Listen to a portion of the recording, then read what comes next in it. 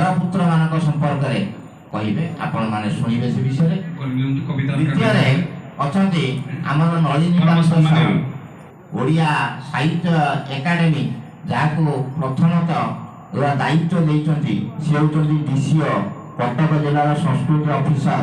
एवं सी भी संस्कृति संपन्न लोक भाई देखा जाती ठिया होकर समस्त चिन्ह नलिनी बाबू आप ठिया होते जोरदार कर अच्छा आम गणना आमर अन्यतम संयोजक मैडम सब वयोज्येष्ठ डॉक्टर चिन्मयी महापात्र आपण माने समस्त जानती ओडिशा सरकार तरफ चलित वर्ष ठार आम एप्रिल 1 तारिख ओडिया पक्ष पालन करुचे। सबुदिन आपण माने खबर कागज जदि पृष्ठा उठाउथिबे ओडिया पक्ष पालन उपर किछि ना किछि न्यूज पाउथिबे। तेणु आमर उत्कल दिवस 1 तारिख आमर एप्रिल 14 विश्व संक्रांति पणा संक्रांति पर्यंत जो 14 दिन पक्षटा को आम ओडिया पक्ष भाव में पालन करने राज्य सरकार निष्पत्ति नहीं से क्रम आज हूँ 12 दिन 12 तारिख आज दिनटा को आम सब बरपुत्र उत्कल जिते सब ओडिशार बरपुत्र अच्छा समर्पित एवं से उद्देश्य आज दिनटी गतकाली आम युव लेखक मानक प्रतिभा को परिस्फुटन करने युव लेखक सम्मेलन आयोजन करते प्रेक्षालय आयोजित होता। आज आम आपण मैंने देखुए सब्जेक्ट आम रखीचे वंदनीय बरपुत्र एवं आम जेहेतु कटक जिला क्रम अच्छे तेणु कटक जिलार जिते सब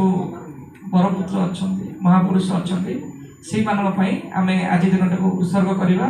एवं मोर आशा आपण मैंने समस्ते जो मैंने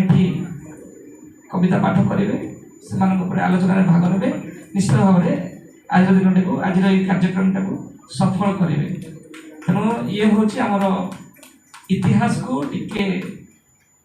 माने कौन दी उखुरेवा आउ टिके आलोचना को नवा आमर जो पूर्वसूरी अच्छा प्रतिभा को आउ टिके विस्तार रूपे आम भितर बांटिबा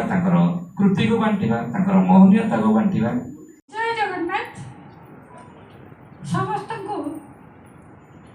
शुभ प्रभात जदिव बर्तमान प्रभात नहीं मध्याह्न सन्निकट। प्रथमे भारत जननी एवं उत्कल जननी उद्देश्य मोर भक्तिपूत विनम्र प्रणाम निवेदन करुछि एवं विनम्र सश्रद्ध प्रणिपात निवेदन करुछि ये जाति को गौरवान्वित करथिबा समस्त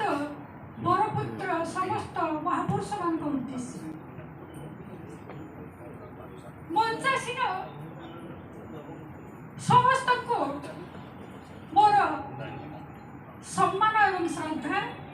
एवं मंच सम्मुखें आसीन समस्त साहित्यिक एवं साहित्य प्रेमी मान को मध्य सादर अभिनंदन। सूत्रधर होती ओडिशा सरकार तेणु ये अवकाश प्रथम ओडिशा सरकार को अशेष धन्यवाद ज्ञापन कर जो संस्था जरिया कार्यक्रम को त्वरान्वित करने को चाहते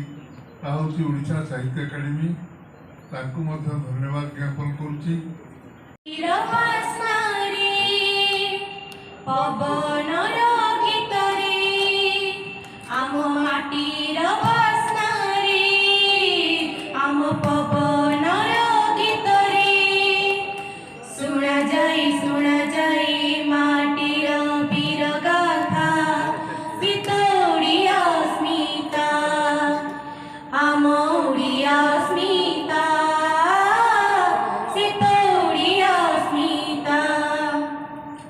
नई नाल आंब तोटा जन्ह